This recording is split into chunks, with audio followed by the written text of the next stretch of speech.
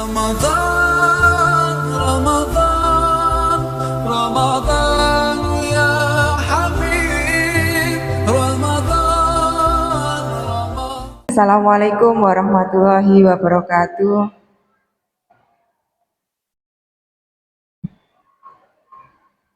Yang saya hormati Ketua Takmir Masjid At-Taqwa Sedayulawas beserta seluruh panitia.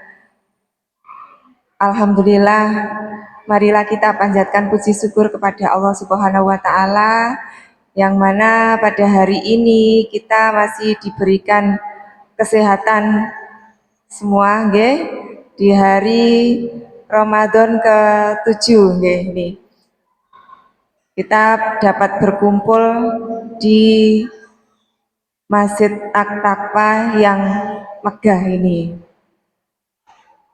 Kedua kalinya sholawat serta salam tetap tercurahkan kepada junjungan Nabi Muhammad SAW yang menyatukan kita dalam dinul Islam. Bismillahirrahmanirrahim.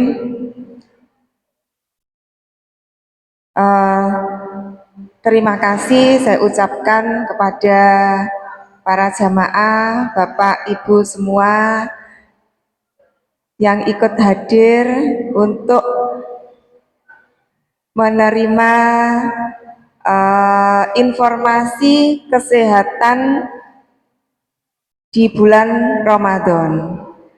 Tujuannya untuk pertemuan kali ini adalah supaya jenengan tetap bisa menjaga kesehatan selama menjalani puasa di bulan Ramadan.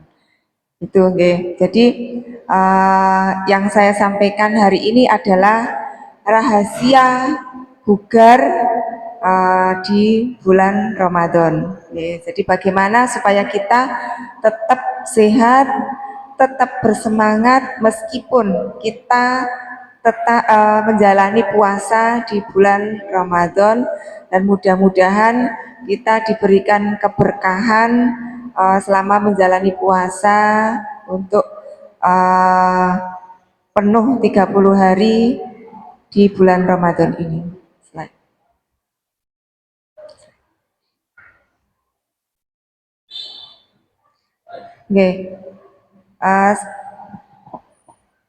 Saya sambil duduk di bawah saja ya, supaya kita sama-sama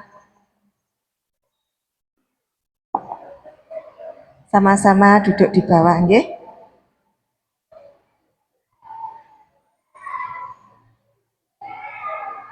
Jadi puasa itu, kita menjalankan ibadah puasa ini bukan berarti tubuh kita itu menjadi lemas sehingga dapat menurunkan produktivitas sehari-hari. Bukan seperti itu, tetapi berpuasa ini kita dapat lebih produktif sama dengan halnya tidak pada saat puasa, okay? Dan bagaimana kita tetap produktif dengan aturan menjaga asupan gizi yang dikonsumsi selama menjalankan ibadah puasa.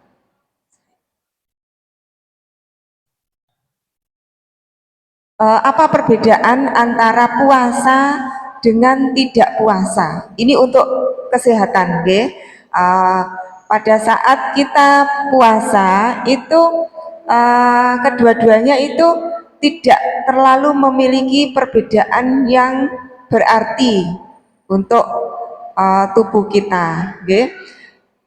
Hanya berkurangnya frekuensi makanan saja. Yang sebelumnya itu kita makan sehari 3 kali, nah ini makannya sehari 2 kali pada saat sahur dan buka, gitu nggih. Kalau jenengan mau makan 3 kali juga boleh. Pada saat kapan?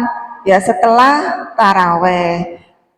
Bukan berarti setelah tarawih tidak boleh makan, ya boleh makan, monggo silakan, tidak apa-apa, asal tubuhnya masih bisa menerima makanan. Tetapi kalau seandainya jenengan setelah tarawih itu kok masih kenyang, ya jangan dipaksakan untuk makan 3 kali, 2 kali saja cukup. itu makan 2 kali itu tidak menjadikan tubuh kita menjadi lemas. Makan 2 kali pun kita tetap bisa beraktivitas seperti halnya tidak pada saat puasa.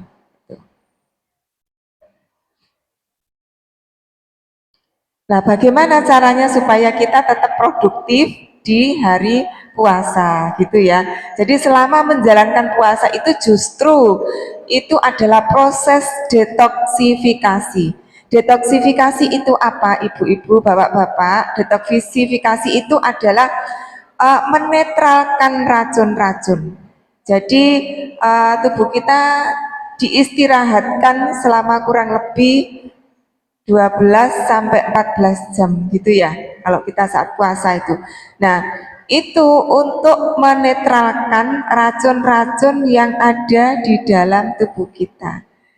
Jadi puasa ini penting dalam proses menetralkan racun, bukan hanya pada saat bulan Ramadan saja, tetapi ada puasa-puasa sunnah seperti puasa Senin Kemis atau puasa Daud atau puasa yang lainnya, itu juga sama, itu diperlukan juga untuk proses detoksifikasi atau penetralan racun-racun yang ada di dalam tubuh kita.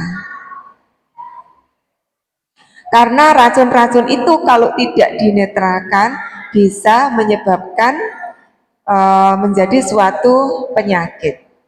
Jadi sebetulnya anjuran untuk berpuasa ini adalah salah satunya selain ibadah untuk meningkatkan ketakwaan kita juga menyehatkan bagi tubuh gitu. Nah, penyakit-penyakit apa saja yang bisa terjadi akibat penumpukan racun apabila tidak dinetralkan? Nah, itu bisa mah. Mah ini akibat dari racun yang makanan yang kita makan dan itu bisa menyebabkan menjadi racun. Jadi jangan salah ibu-ibu, puasa itu tidak menyebabkan sakit mah, tetapi justru bisa menetralkan asam lambung sehingga bisa mengobati sakit mah. Nah, nanti kita bicarakan bagaimana caranya supaya mahnya itu tidak kambuh pada saat menjalani ibadah puasa, di mana kita harus mengosongkan lambung selama 12 sampai 14 jam itu. Selama 14 jam ya kira-kira. Bisa juga menetralkan penyakit asma, itu juga diakibatkan karena keracunan di dalam tubuh. Penyakit encok, penyakit gatal-gatal, penyakit flu, bahkan penyakit kanker juga bisa didetoksifikasi atau dinetralkan dengan cara berpuasa. Seperti kita kolesterol, stres, darah tinggi, dan lain-lain, itu salah satu beberapa macam penyakit yang bisa dinetralkan dengan cara berpuasa. Nah, berapa lama proses pembuangan racun yang bagus? Jadi kita minimal itu dilakukan setahun 1 kali selama 30 sampai 40 hari. Itu minimal. Nah, seperti halnya kita menjalankan ibadah puasa di bulan Ramadan ini. Tetapi bisa juga dilakukan di luar bulan Ramadan. Jadi minimalnya itu 1 tahun sekali. Nah, kalau tidak segera dibuang, maka gejala-gejala itu bisa penyakit-penyakit itu bisa membuat kita menjadi ada keluhan seperti sakit kepala, seperti batuk pilek, mual, kembung, terus sering masuk angin, dan lain sebagainya. Nah, dengan cara berpuasa ini akan meringankan penyakit-penyakit tersebut gitu nggih.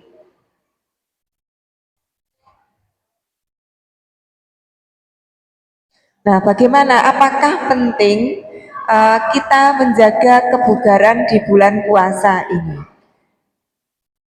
Penting enggak, Bapak Ibu? Penting, nggih. Bagaimana supaya kita tidak makan selama 14 jam itu tidak membuat kita menjadi lemas. Kita tetap bugar, kita tetap bisa menjalankan aktivitas sehari-hari. Yang bekerja juga tetap bisa bekerja. Nah, itu uh, nanti kita akan membahas bagaimana caranya. Oke.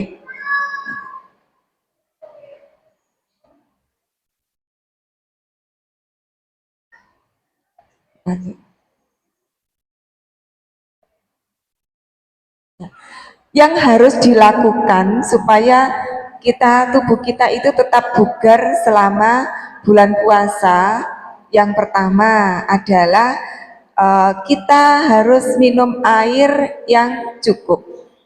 Artinya cukup ini tergantung dari kondisi Bapak Ibu semua. Jadi kebutuhan cairan itu berbeda-beda antara satu orang dengan orang lainnya. Jadi tergantung dengan berat badannya jenengan.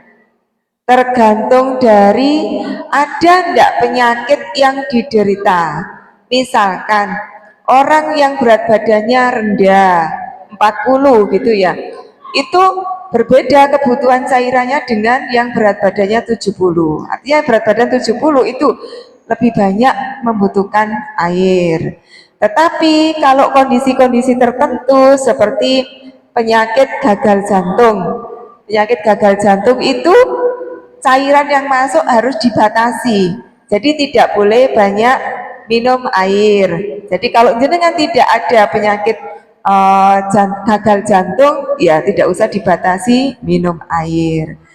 Ciri-cirinya orang yang punya penyakit gagal jantung itu biasanya ada riwayat darah tinggi, terus usianya sudah usia lanjut, jalan sedikit itu ngos-ngosan, bahkan tidur pun merasa sesak. Nah, itu harus sudah mulai dibatasi cairan. Tetapi kalau jenengan semua yang tidak punya penyakit, minum airnya kurang lebih satu hari itu 7 gelas atau 2 liter rata-rata.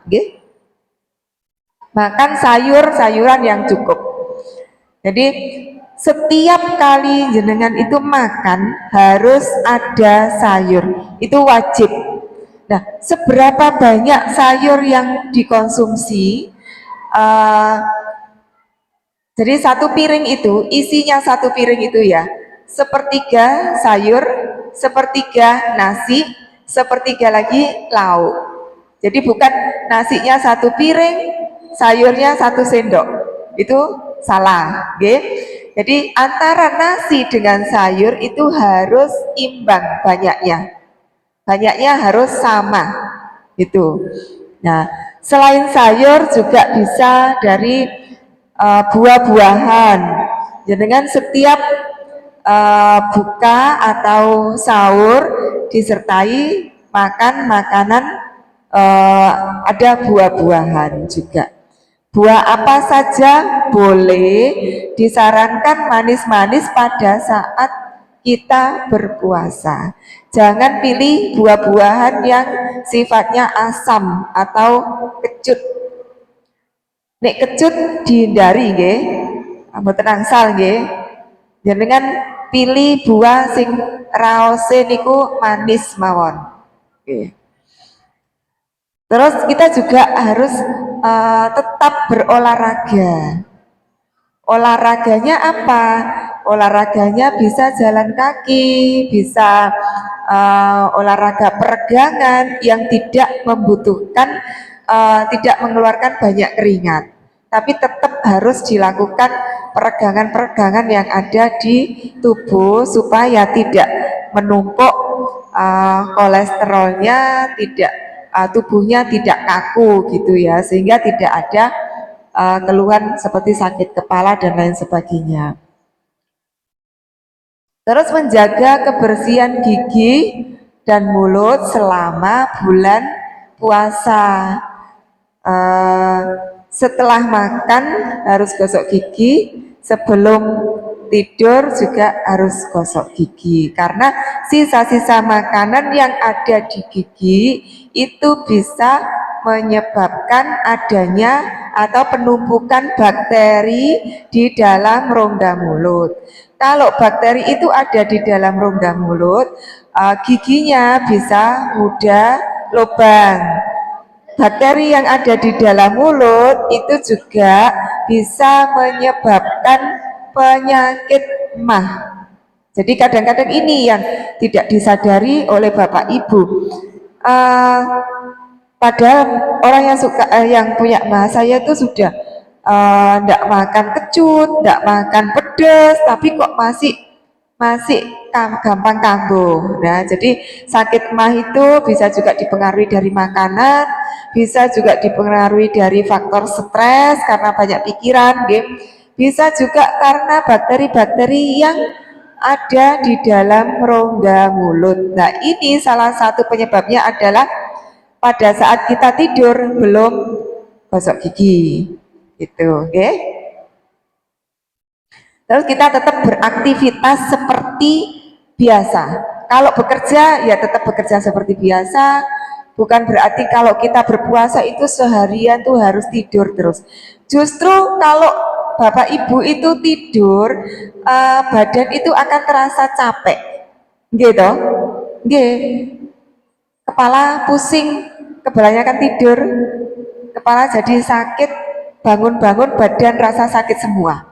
Kalau seharian kita tidur, jadi tetap beraktivitas seperti biasa, tidak usah takut menjadi lemas karena makan 2 kali itu sudah cukup menjadikan kita tetap sehat. Ya. Jadi jenengan untuk memilih makanan yang bergizi dan bervariasi. Makanan yang bergizi itu tadi ada sayur, ada lauk, ada buah gitu ya.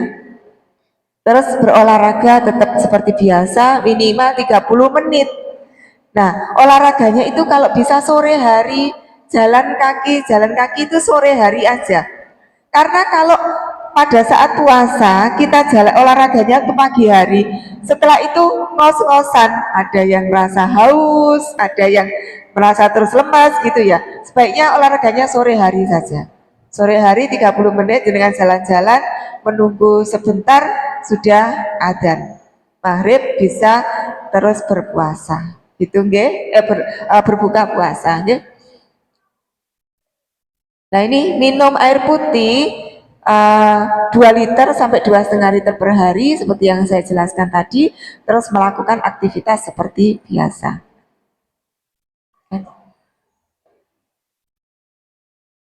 Pada saat berpuasa jenengan juga harus menghindari beberapa hal yang bisa menyebabkan jenengan itu jadi sakit. Seperti apa? Minum es. Nah, itu kebiasaan kita minum es, makan goreng-gorengan itu makanan favorit pada saat orang berpuasa, gitu. Nah, itu kalau bisa jenengan hindari. Makan di awal pembuka bisa makan kurma atau makan buah yang manis-manis gitu ya. Minumnya minum air putih. Kalau jenengan pengen makan, kemarin tuh ada yang tanya, boleh enggak minum air kelapa? Boleh. Itu bagus untuk ini banyak elektrolitnya ya, jadi mengembalikan kebugaran tubuh kita. Boleh. Tapi kalau bisa ya jangan dingin. Air kelapa biasa tidak usah dicampur dengan es gitu. Oke. Jadi hindari air dingin. Makan makanan pedas, asin juga jenengan hindari. Ini bukan hanya pada saat puasa, pada saat tidak berpuasa pun sebaiknya dihindari. Karena ini bisa menyebabkan penyakit darah tinggi, dan mah. Penyakit darah tinggi itu harus menghindari pedas dan asin. Hindari juga kopi. Kopi ini bisa mengakibatkan produksi asam lambung yang meningkat. Jadi yang punya ma itu bisa kambuh karena makanan yang kita makan, bukan karena pada saat kita menjalani ibadah puasa. Ya, tapi pola makannya, jenis makanannya itulah yang membuat sakit mah kita menjadi kambuh. Seperti itu, okay? Terus hindari juga sengatan sinar matahari, misalkan jenengan yang aktivitasnya biasanya di luar, di sawah gitu ya.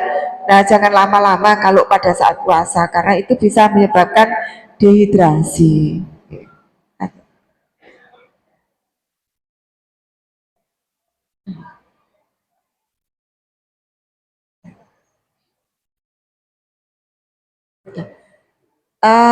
Untuk makan makanan atau apa saja yang harus dilakukan pada saat puasa, di saat sahur itu kita makan makanan yang memiliki banyak serat seperti sayur, buah.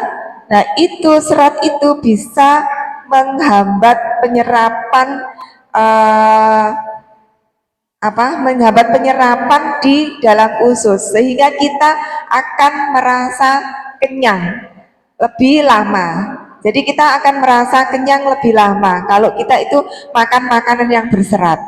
Karena serat-serat itu bisa menghambat penyerapan di dalam tubuh. Itu nggih pada saat sahur.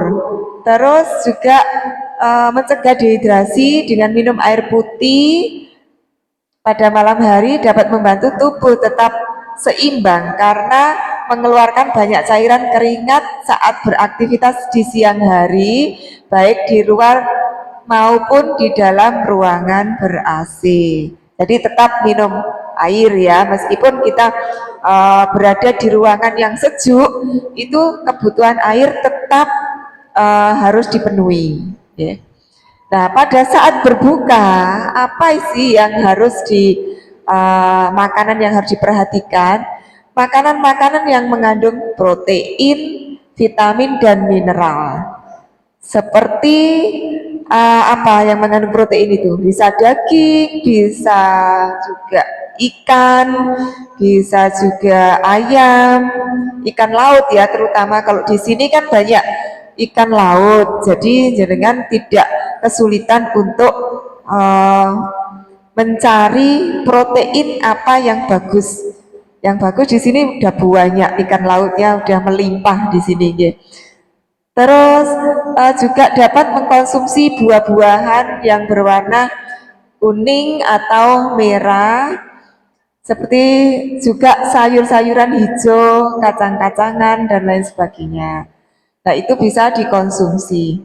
Sayuran yang warnanya hijau tua, kacang-kacangan itu banyak mengandung zat besi sehingga jenengan tidak merasa lemas pada saat menjalani ibadah puasa. Okay. Kalau untuk ibu-ibu atau bapak-bapak sing usianya sampun sepuh, okay, di atas usia 60 tahun, itu bagaimana? Apakah sama dengan yang usianya masih muda? Nah, untuk makanan itu bisa diatur dengan makan yang bertahap ya. Jumlahnya tidak bisa pada saat kita buka itu tidak boleh langsung makan banyak satu piring gitu ya. Tapi jenengan boleh bertahap. Pada saat adzan jenengan makan sedikit dulu. Nanti setelah sholat jenengan boleh makan lagi. Nanti setelah terawih jenengan boleh makan lagi seperti itu ya. Untuk yang usianya sampun di atas 60 tahun. Itu. Kalau jangan disamakan dengan yang usia masih muda-muda seperti nih adik-adik ini bisa langsung makan banyak kan, karena kan lambungnya masih kuat, ususnya masih kuat, ya. Jadi pencernaannya masih cepat untuk dilakukan pencernaan makanannya itu cepat dicerna. Tetapi bagi bapak ibu sing usianya sampun sepuh, makanannya dianjurkan makanan eh, bertahap, ya, tidak langsung banyak, ya. Aktivitasnya juga sama seperti itu. Aktivitasnya insya Allah juga enggak jauh beda dengan aktivitas sehari-hari sampai sehari-harinya jenengan, ya, antara usia muda sama usia tua kan aktivitasnya juga sudah berbeda.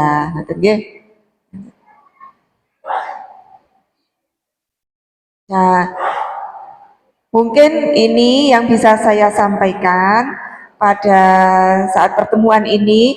Kalau misalkan jenengan ada yang menanyakan, saya persilahkan. Jadi supaya jenengan juga paham apa sih yang harus dilakukan supaya kita tetap sehat pada saat kita berpuasa. Okay?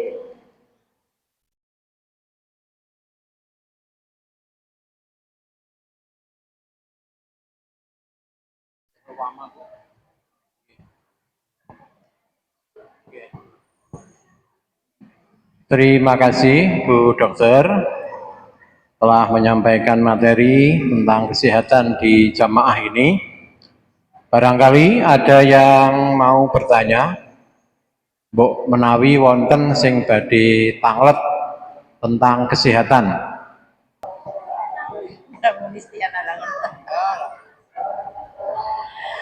Terima kasih waktunya Bu Dokter. Secara global yang saya ketahui itu bahwa minum air putih itu memang bagus ya. Air putih memang bagus ya, itu yang saya ketahui. Tetapi kalau saya ini kok koyok gimana yo? Satu hari itu menghabiskan 2 botol besar itu ya, akan lebih. Nah, yang saya tanyakan, apakah kalau memang ukuran air yang kita minum itu terlalu banyak, itu menjadikan efek negatif atau bagaimana? Mohon penjelasannya, biar saya lega gitu, tahu maksudnya. Ukurannya di luar ketentuan tadi, melebihi, oke, berefek kenapa mboten ngaten? Terima kasih. Ini pertanyaan yang bagus ya. Bagaimana kalau kita itu mengkonsumsi air putih lebih dari rata-rata gitu ya. Tadi saya sampaikan minum air putih rata-rata 2 liter, tapi ini lebih dari 2 liter. Kalau jenengan tidak ada keluhan sesak, tidak ada keluhan ngos-ngosan, itu tidak masalah. Malah justru bagus untuk uh, men, iya, menetralkan ginjalnya, menetralkan saluran pencernaannya, itu bagus. Tapi kalau jenengan dengan minum air putih banyak itu rasa itu kelempokan ya, kalau orang Jawa itu bilang kelempokan, terus kalau jalan jauh ngos-ngosan, kalau terus kakinya bengkak, itu tidak boleh minum air putih yang terlalu banyak. Jadi tidak masalah, malah bagus Bu. Nggih. Nggih, nggih, matur suwun nggih. Monggo Pak. 2 pertanyaan, 3, monggo, Pak Iqbal. Nggih, matur suwun. Assalamualaikum warahmatullahi wabarakatuh. Terkait materi kesehatan di bulan puasa ini, yang pertama ada satu penyakit sejuta umat, yaitu GERD atau asam lambung. Mohon tipsnya bagi masyarakat yang mempunyai asam lambung ketika memang yang bersangkutan sudah pegang obat semisal omeprazol ataupun sejenisnya. Tipsnya kira-kira seperti apa cara minumnya, ketika berbuka kapan, ataupun ketika sahur kapan, dan juga tips cara makannya seperti apa, setelah maghrib atau kapan, dan juga pada saat sahur, karena penyakit itu banyak dialami masyarakat dan mereka itu tidak ada edukasi terkait untuk mengantisipasi alias mereka itu takut sendiri nanti ketika zuhur kambuh ataupun asar kambuh jadi puasanya batal. Dan yang kedua terkait kurma. Kita semuanya tahu kalau kurma itu dianjurkan oleh Nabi ketika buka puasa. Menurut medis, kurma itu apa efeknya bagi tubuh ketika berbuka? Karena yang digaungkan itu kan manis. Sedangkan tadi ada di layar itu menghindari minuman manis ataupun makanan manis. Lah kalau misalkan nggak ada kurma atau tidak punya kurma, yang dibuat mindset adalah makanan manis, berarti saya harus makan atau minuman manis. Kira-kira bedanya kurma dengan minuman manis itu apa? Terima kasih. Assalamualaikum warahmatullahi wabarakatuh. Ya, jadi pertama intinya tentang lambung, yang kedua tentang kurma. Tadi dilarang untuk manis-manis, tapi kita dianjurkan oleh Rasulullah untuk makan kurma. Itu bagaimana? Monggo Bu. Ya, terima kasih. Memang banyak ya masyarakat yang punya sakit mah itu banyak sekali ya. Nah, bagaimana supaya mahnya itu tidak kambuh pada saat menjalani ibadah puasa? Yang pertama, kita melihat lagi penyebab sakit mah itu yang pertama adalah makanan. Yang kedua itu karena faktor stres. Yang ketiga karena kelelahan atau capek atau kurang istirahat malam, gitu ya. Nah, bagaimana dengan mengatasinya? Untuk mengatasinya ya kita melihat dari 3 penyebab tersebut. Kalau dari makanan, kita hindari makanan yang pedas, kecut, niku sing kedah dihindari, nggih. Santan-santan yang berlemak itu juga bisa menimbulkan asam lambung yang tinggi. Yang kedua, tidurnya jangan terlalu malam. Kenapa tidak boleh terlalu malam? Karena jam 10 sampai jam 12 itu kita harus sudah tidur nyenyak. Karena jam 10 sampai jam 12 itu diproduksi hormon anti stres. Sehingga kita kalau mengalami stres, mikir ada masalah, hormon anti stres yang ada di dalam tubuh itu diharapkan bisa menetralisir secara otomatis tanpa minum obat. Gitu ya. Nah, bagaimana kalau jam 10 sampai jam 12 itu belum bisa tidur, tidurnya jam 12, hormon anti stres tidak akan diproduksi lagi, dan tidur jam segitu tidak bisa digantikan dengan tidur siang maupun tidur pagi. Jadi diusahakan jam 10 itu sudah jenengan mulai tidur. Lebih baik bangun lebih awal dibandingkan dengan tidurnya telat. Gitu ya, itu dari faktor stres. Nah, tadi dari faktor kelelahan juga seperti itu, sama. Hormon anti stres itu juga bisa menghilangkan tubuh yang mengalami kelelahan. Itu sih saran saya dari aktivitas sehari-hari, dari makanan sama dari pola hidup kita. Terus bagaimana kalau misalkan kita konsumsi obat mah, kapan harus diminum? Jadi obat mah itu ada yang dinamakan tablet kunyah. Ya, tablet kunyah kalau jenengan berobat dikasih obat yang harus dikunyah, itu minumnya setengah jam sebelum makan. Sebelum makan berbuka atau sebelum makan sahur, setengah jam baru jenengan makan. Itu fungsinya untuk melindungi lambung jenengan, sehingga pada saat makan asam lambungnya tidak naik, tidak diproduksi terlalu banyak, sehingga tidak menyebabkan sakit mahnya kambuh. Yang kedua, ada obat mah yang disebut tadi omeprazol, lansoprazol, dan semacamnya itu jenengan kalau pada saat periksa dikasih obat sing obate niku unine icik-icik kapsul sing wonten unine icik-icik pernah tahu ya. Nah itu juga obat mah. Nah itu minumnya kapan?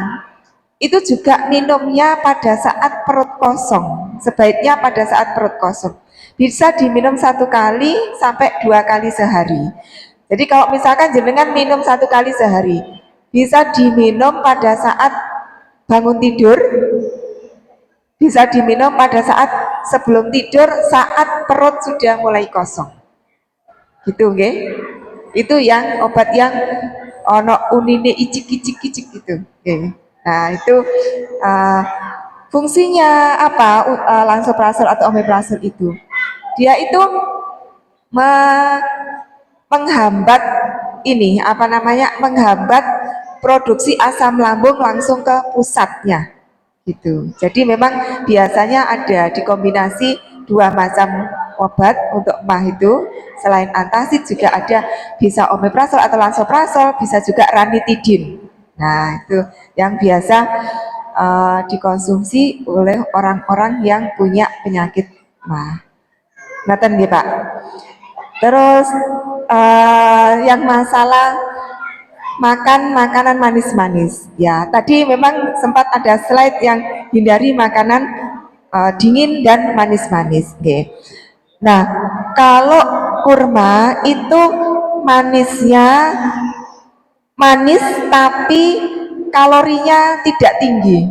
Jadi yang jenengan hindari itu manis yang kalorinya tinggi. Manis seperti apa? Seperti gula pasir, seperti sirup, seperti lagi bukan hanya gula pasir tapi gula aren pun sama, kalorinya tinggi. Nah itu berbahaya bagi orang yang punya penyakit diabetes. Jadi makanya kenapa kadang orang punya penyakit diabetes itu makan kurma boleh ya, ada tapi makan gula tidak boleh gitu ya. Nah manisnya beda. Manisnya kalau di kurma itu manisnya bukan glukosa tetapi fruktosa. Iya, jadi kandungannya adalah fruktosa. Itu bisa sih meningkatkan kalau kita punya diabetes, bisa sedikit naik karena memang manis kan bisa menyebabkan kenaikan gula darah. Tetapi lebih sedikit dibandingkan dengan manisnya yang terbuat dari gula. Kalau terbuat dari gula itu glukosa. Nah, glukosa ini berbahaya bagi tubuh. Baik orang yang punya sakit diabetes maupun tidak.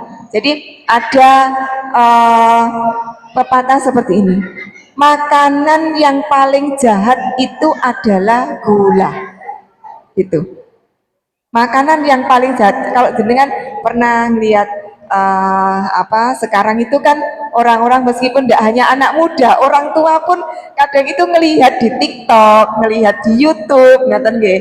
Nah, itu mungkin pernah baca seperti itu, makanan yang paling jahat itu adalah gula. Jadi jenengan hindari makan makanan gula, apalagi kalau Bapak Ibu punya genetik yang ada penyakit diabetes. Jadi orang yang punya genetik diabetes itu mulai sejak dini harus menghindari konsumsi manis-manis dari glukosa. Assalamualaikum warahmatullahi wabarakatuh. Ngeten.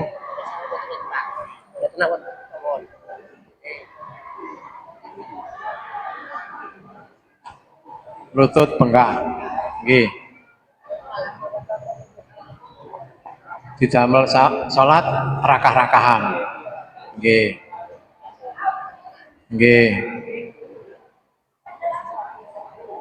Mas tukang pijit genderuwo iki piye ya? Mas. Nggih. Intine pada lutut. Nggih, intinya pada lutut. Didamel salat rakah-rakahan nggih.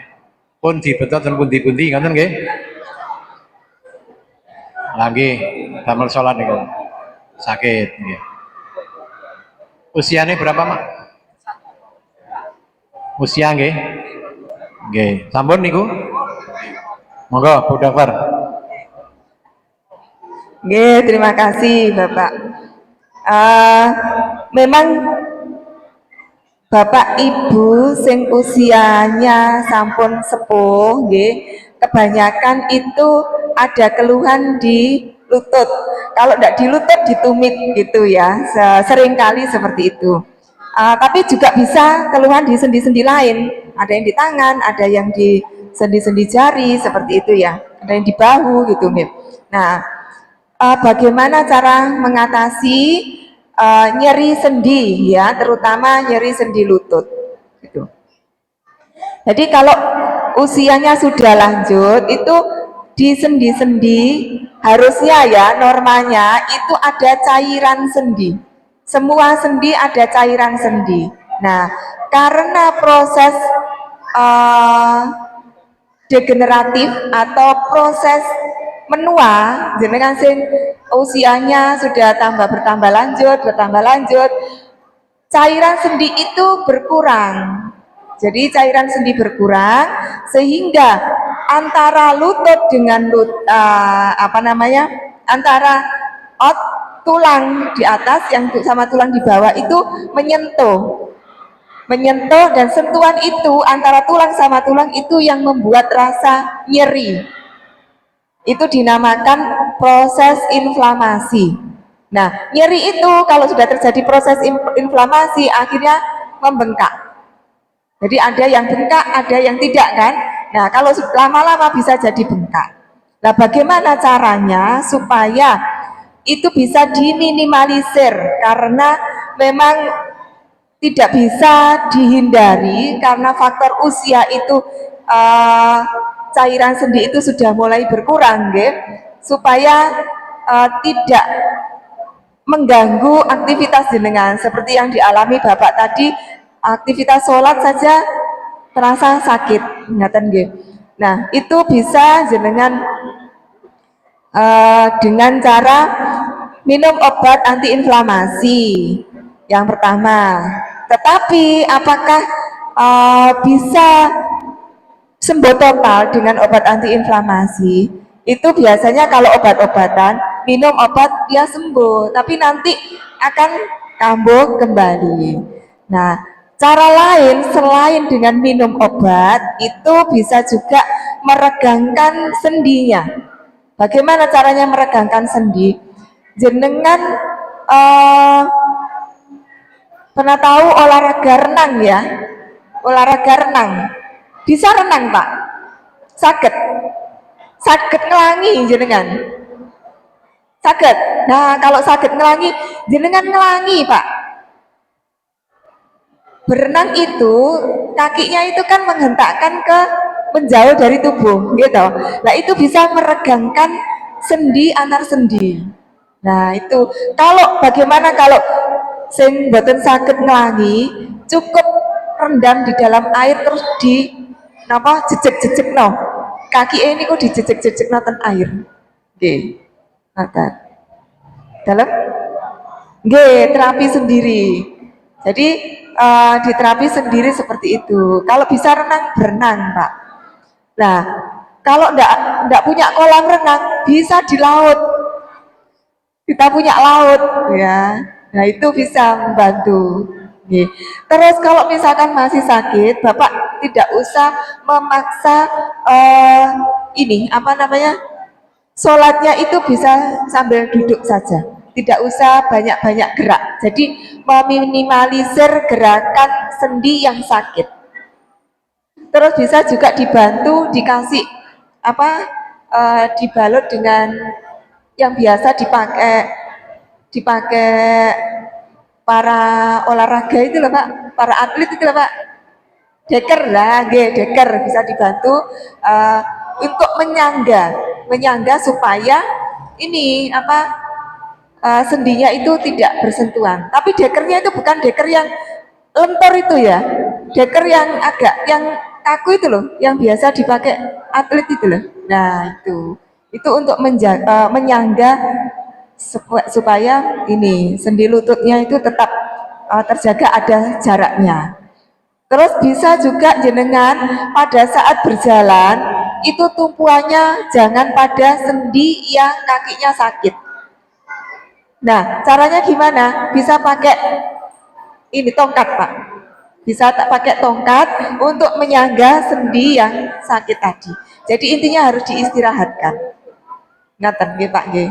Karena kalau kita mengkonsumsi obat yang jangka panjang untuk obat-obat anti nyeri, obat-obat anti inflamasi itu bisa mempengaruhi asam lambung, bisa mempengaruhi lambung. Jadi kembali lagi ke penyakit mah tadi. Nah, salah satu juga orang yang punya sakit mah itu karena kebanyakan mengkonsumsi anti nyeri. Obat-obat anti nyeri itu hati-hati.